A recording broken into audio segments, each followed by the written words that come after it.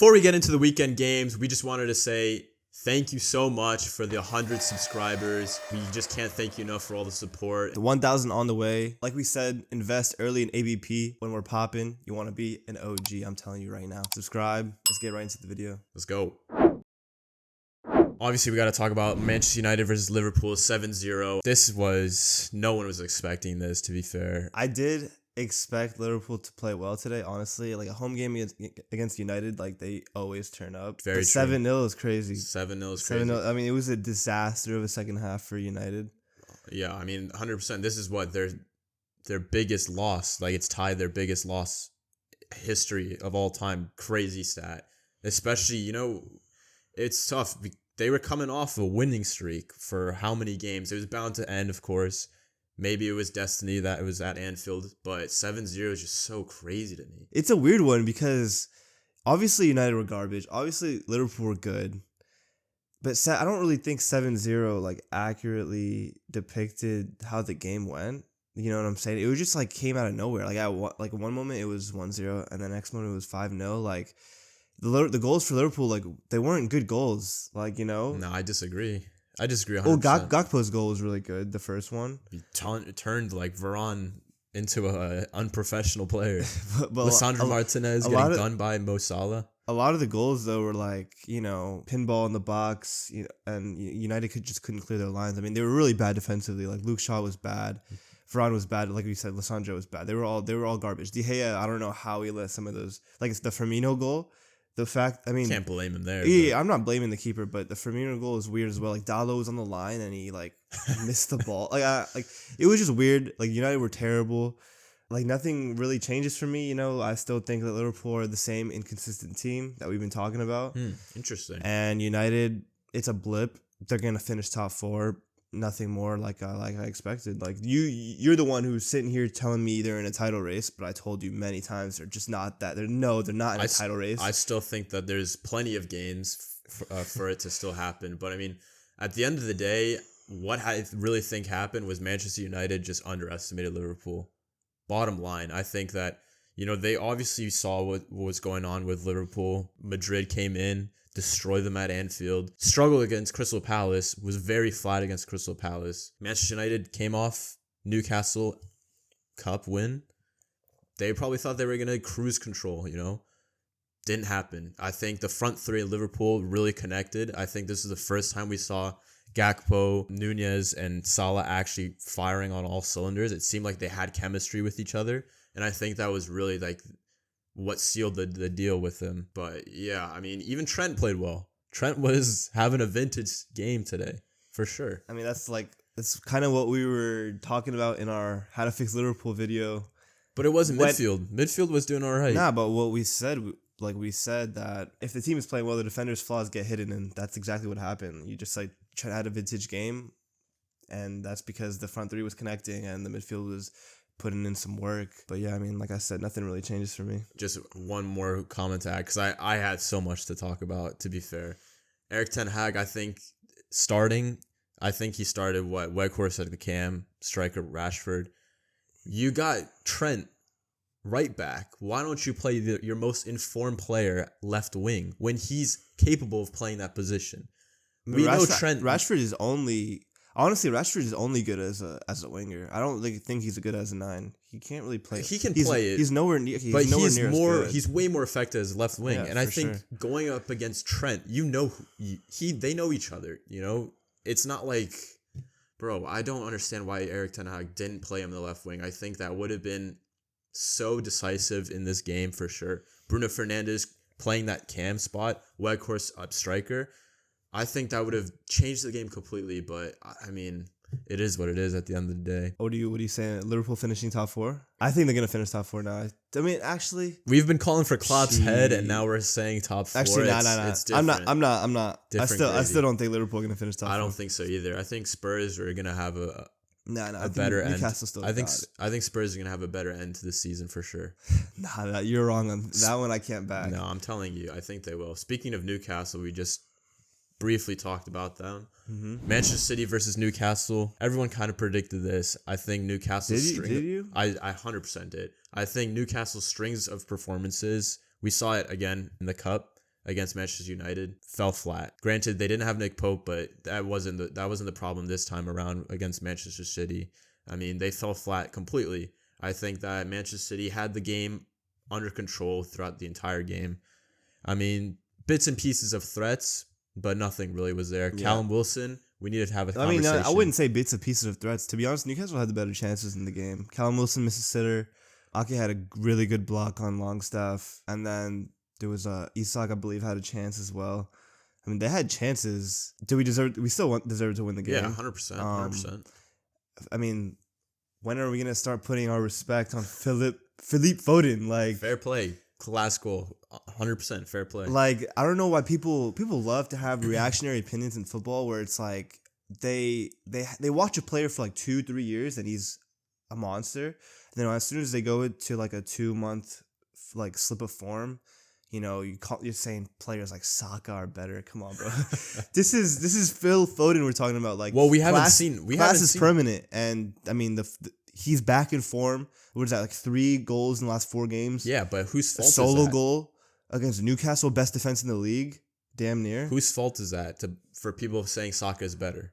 Honestly, Pep's not playing. It's a bunch of casuals. Casuals that's whose fault it is. But Pep isn't playing Foden, and we're seeing Saka start week in and week out and producing pivotal goals. That's my point, though. Like, look, Pep is known for rotation. Pep is known for KDB gets benched. KDB gets benched all the time. Like for good reasons, to be fair. He's having reasons. This season's been very poor. Very this season, top assister, 12 assists, and he's having a mare.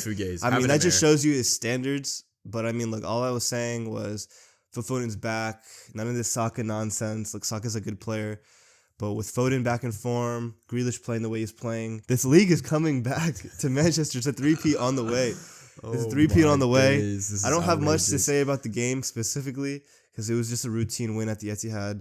Newcastle were good, but I mean they didn't take their chances. You get punished. You get punished against the best. I was gonna say we gotta call out Callum Wilson. He hasn't done anything since that past couple of games before the World Cup. Nothing. I haven't seen anything. He frauded his way to over Tony. He frauded his way into over the World Tony. Cup. Absolutely. He was playing for a World Cup spot. Now that he made it, he's chilling. Yeah, he's finished, bro. He's just catching that paycheck at the end of the day. Yeah, I think Isak should start for Newcastle for sure. He looks like a threat every time he plays. But I mean, look, Bruno didn't have a good game, and when he's off it, Newcastle are off it completely. I think Cher wasn't playing, picked up a knock. Almiron, most goals for the club this season, disappeared. Drop in form. But I mean, that's expected. Did we expect Almiron to go on a tear the entire 38-game season? Like, no. If they want top 4, he's got. Jack Grealish is showing him who's nice. Like, I don't know. Like this beef that they had between them. Almiron needs to know between them. Yeah, it was all Jack Grealish side. What do you mean between them?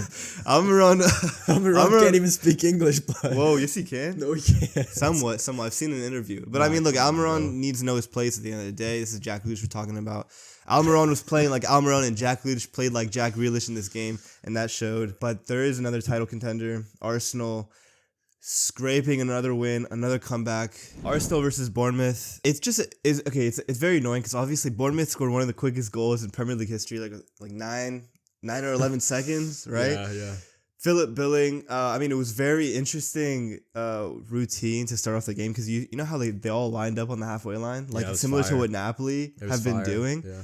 I mean, it was a good sequence. More teams should do that. Yeah, why not? More teams should try to do something on the kickoffs, honestly, because clearly it works. It's like damn near set piece play. Like, try it out. Yeah. I don't know. Bournemouth go 2-0 up into the second half.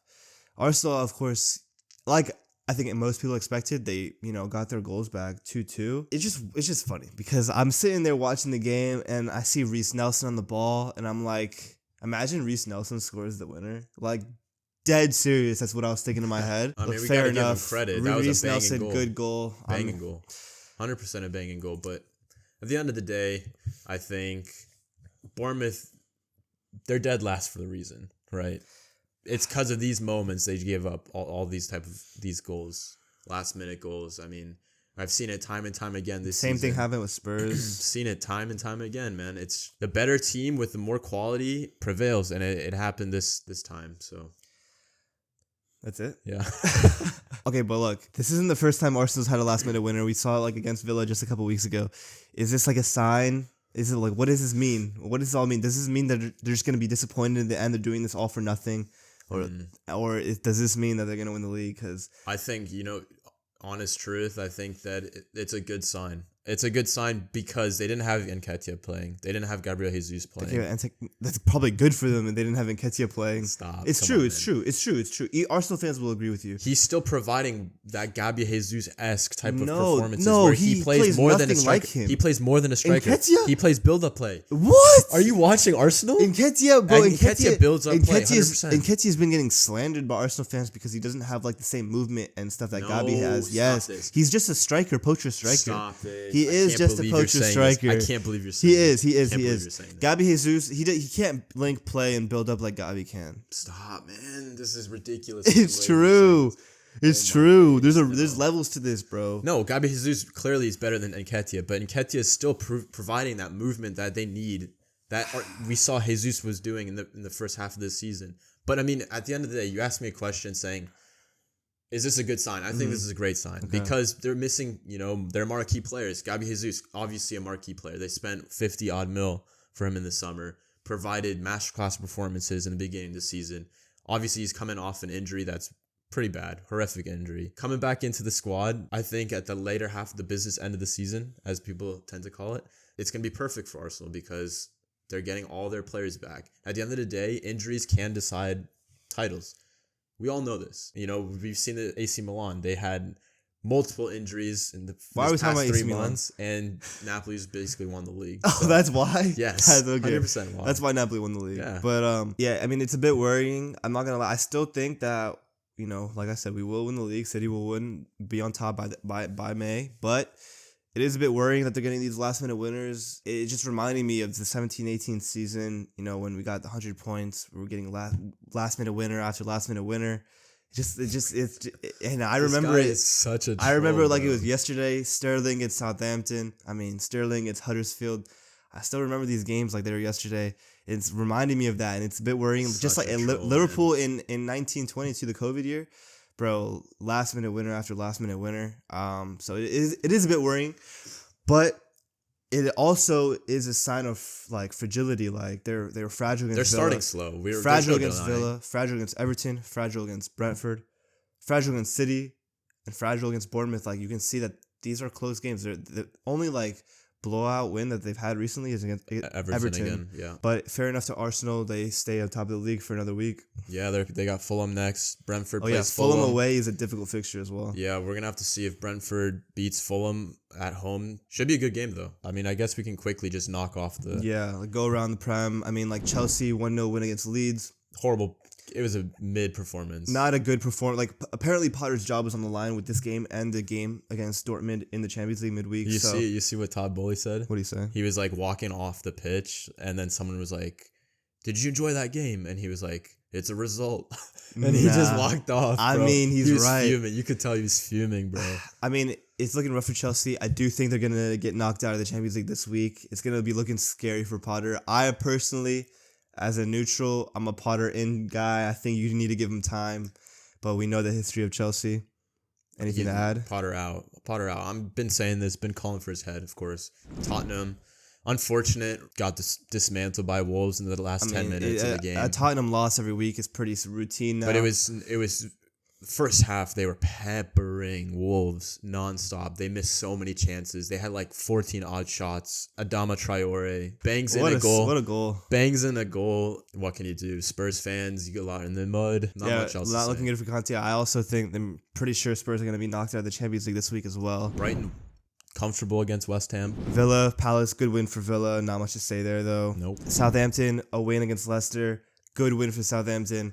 Off the bottom of the table, Leicester don't even have words to describe them. I don't want to. Brendan Rodgers, absolute fraud. I don't want to talk about these guys. Literally lost me money this weekend. Forest and Everton, good point for both of them. I think Brendan Johnson almost had a hat trick. He was playing out of his mind. Fair enough. Great. Sean Dice and Steve Cooper, good point. I think they'll both take a point. So good there. And I mean that's pretty much it. Brentford Fulham tomorrow should be a good game. Make sure you guys like, subscribe, comment. Again, thank you so much for the 100 subs. We really appreciate all your support. Tell your friends, of course, and road to 1,000 starts now.